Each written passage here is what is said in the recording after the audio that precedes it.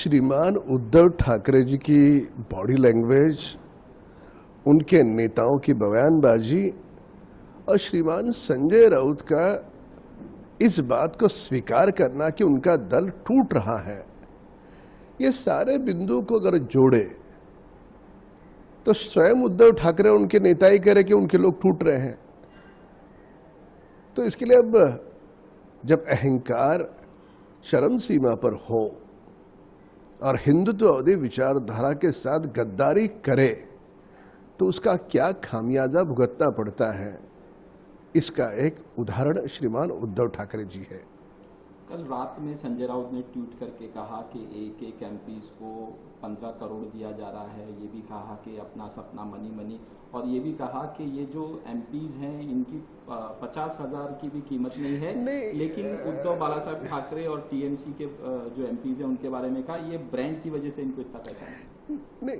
उद्धव ठाकरे जी और उनके नेता संजय राउत जी को इस बात को समझना होगा कि जो व्यक्ति इनसे ऊब गया है, इनको छोड़ना चाहता है, तो इनका साथ छोड़े तो उसकी कीमत शून्य, और इनके साथ रहे तो उसकी कीमत बहुत। ये कौन सा न्याय है?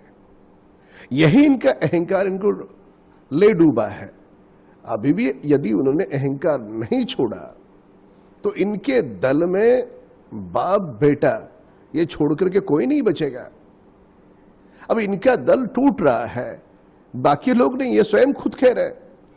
अब जिनको खुद के सांसदों को संभालने नहीं आता, विधायकों को संभालने नहीं आता, उसने चिंतन करने की आवश्यकता है।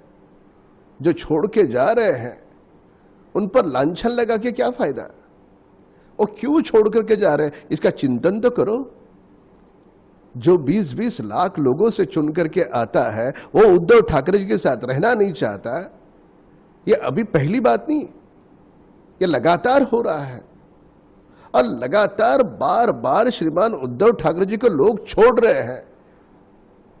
कम से कम कुछ तो उनकी स्वयं खुद की गलतियां होंगी, पर उन्हें अपनी गलतियां स्वीकार नहीं करनी, उनको दूसरे की ओर उंगली दिखानी है। तो उनके नेताओं की भोखलाहट, उनके नेताओं की डरते हुए हड़कंप मच गया है, इस प्रकार की बयानबाजी ये सारी बातें स्पष्ट करती है कि उद्धव ठाकरे जी ने स्वयं स्वीकारा है कि उनका दल लगभग टूट चुका है। समय का इंतजार वे स्वयं भी कर रहे हैं। जिस तरह से